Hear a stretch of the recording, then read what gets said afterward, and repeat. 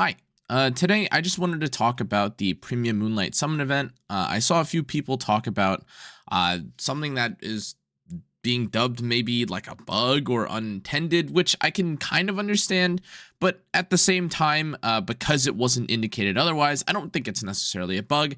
And it has to do with the Moonlight summon ticket. Now, first and foremost, as we get through our summons, enjoy me getting a bunch of 3 stars probably because, well, oh. Okay, whatever. My point is, I'm probably going to be getting a bunch of nothing, and that's okay. But the thing that matters... Okay, but the thing that actually matters here is that, obviously, people are curious about what this ticket has, and people were concerned with what exactly they can receive from the Moonlight summon ticket. Now, supposedly, with the way that these summons work as it is right now, you are not able to get certain new characters. If, as far as I could tell, you aren't able to get the newest characters, which includes characters like Senya and Ilanov, which, okay, that's fine. In most cases, you aren't able to get those characters for free whenever we have selectors. And traditionally through headhunters, through any events, even when you get selectors for just hero selector tickets in general, 5-star hero selector tickets, they usually, I guess, skip over or limit you from choosing the newest characters.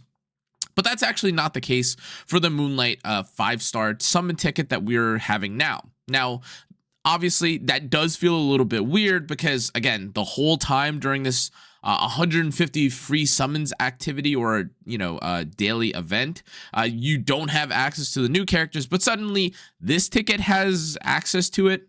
Feels a little bit weird, I agree, and in case you're wondering, you do have access to it, but that's pretty much where things stop. And also, I think making a video on it feels a little bit weird to me, but okay, it's just a PSA, and it's not like you can control what you get anyways. It's not like a hero selector tier list, so that's okay. But regardless, I always appreciate due diligence and, PSAs being spread and information being given to players.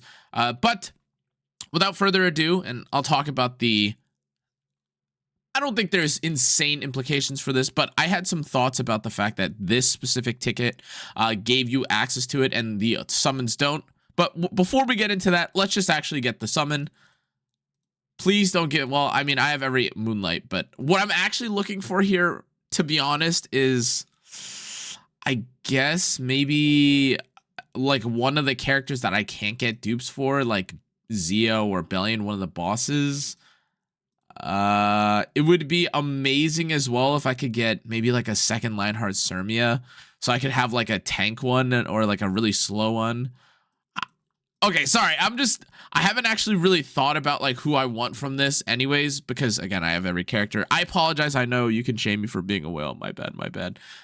Maybe another Ilanov, or maybe actually a second A Tywin would be great, so I could use like a PvP A Tywin and then I could get... Okay, anyways, without further ado, enough stalling.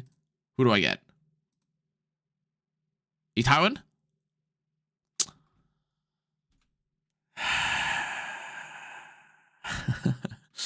All right, well, okay, so I got my ML Ken, and again, as you could tell, that was a little bit unusual, because technically speaking, well, I guess that shouldn't be unusual, but this is one of the characters that was available even in the 150, or technically at this point, 100 free summons that we have otherwise access to. But the fact that these tickets had the potential to introduce or include newer characters, in my opinion, offers or kind of indicates 2 potential things.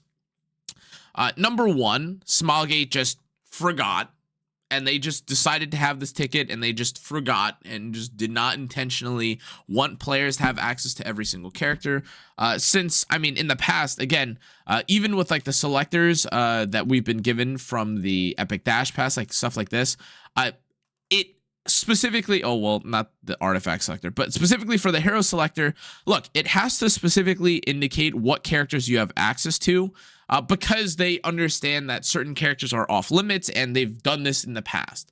But the fact that the premium Moonlight summons have access to every character in the game does, to me, again, I guess maybe suggest that they were being ignorant or they forgot, which is very unlikely.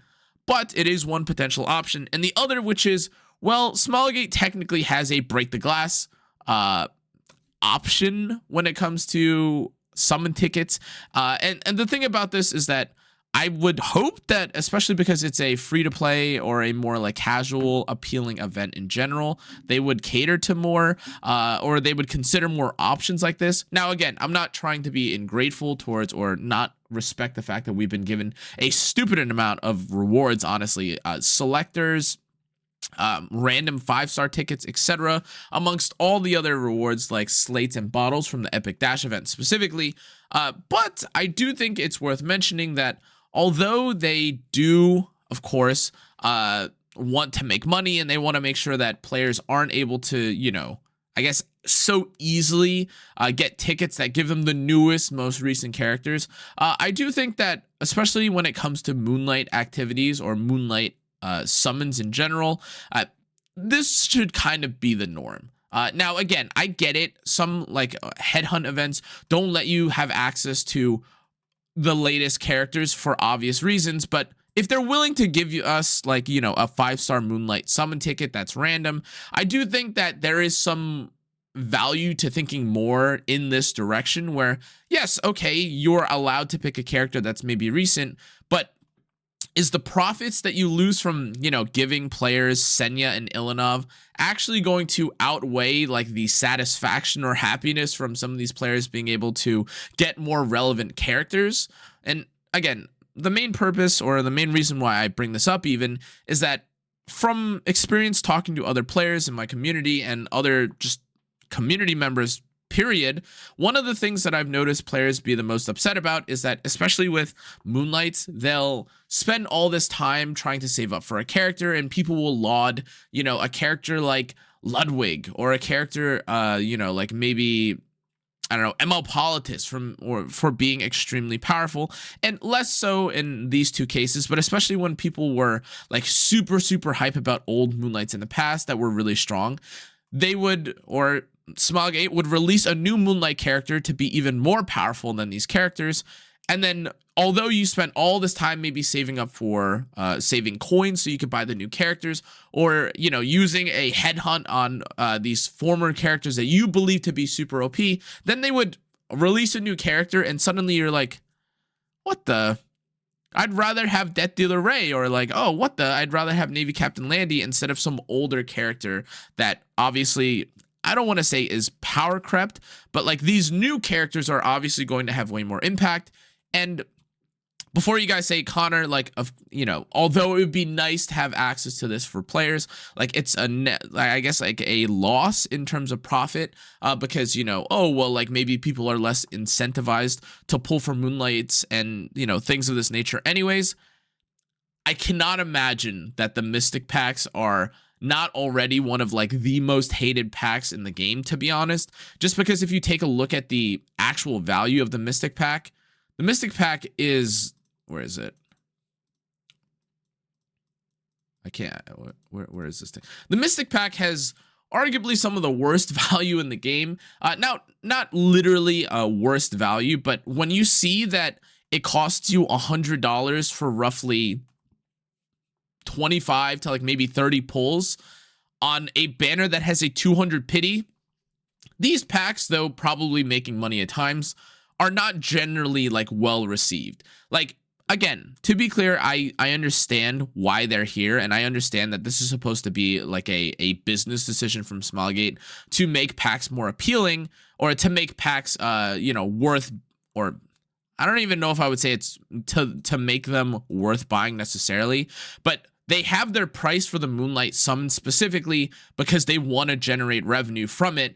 But as with, I mean, other gacha games and any gacha game in general, if the packs look too unappealing, or if they feel like you're not getting good value, it doesn't matter if it's the only way to get something, players will just simply not buy it. And that's honestly what I've noticed to be the case, and why I actually found that things like the New Moon Luna packs that were released last month were, or I don't even know when it was, 2 months, 3 months ago at this point, were so popular because they actually had packs that were decent value. And guys, like the whole point of me talking about this is that when something ends up being good value, or when something feels like you are catering to, or, you know, appealing to players' taste, they respond usually positively, and they result in good, you know, good performances, or good revenue, good turnout, whatever you want to call it. And maybe we could apply this to the selection of 5-star Moonlight Summon tickets. Again, this is not supposed to be like a huge long video about like the financial decisions of Smilegate. Mostly this was just supposed to be, again, I guess talking, or I guess giving a PSA of the fact that the Moonlight Summon ticket has access to all these 5 characters, or to all the Moonlight characters. But Smilegate, maybe we could, you know, make this the norm, make it so that when you have access to summoning for characters like this in the future, or if we're ever given maybe even other tickets, not just Moonlight tickets, maybe the hero summon tickets too, we include some newer characters. I mean, they're Covenant characters, for God's sakes. It's not even like you don't have access to these characters. You know what I mean? Like, I think it would, like, I get the business model kind of nature of it, but it is a little gatekeepy.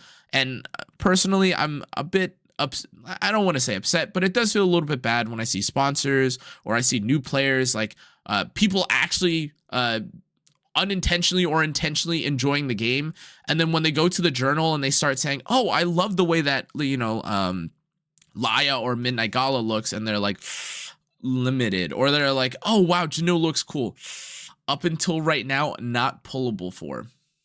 Like, doesn't that feel a little bit silly and a little gatekeepy? Anyways, that's all. Sorry, I know this is a bit of like this is just a rambling video.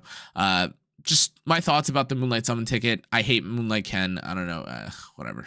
You guys got to see me die and pull literally nothing, and also get Emerald Ken. Anyways, that's gonna be it for this video, guys. Thanks again for watching. I'll see you on the next one. Make sure to check out the rest of my socials. Subscribe. Leave a comment what you think about this. Don't shoot me with. Don't shoot the messenger. I'm just giving you guys a PSA, and if you watch the whole video, thanks. I appreciate it. Anyways, I'll see you guys all next time. Bye bye.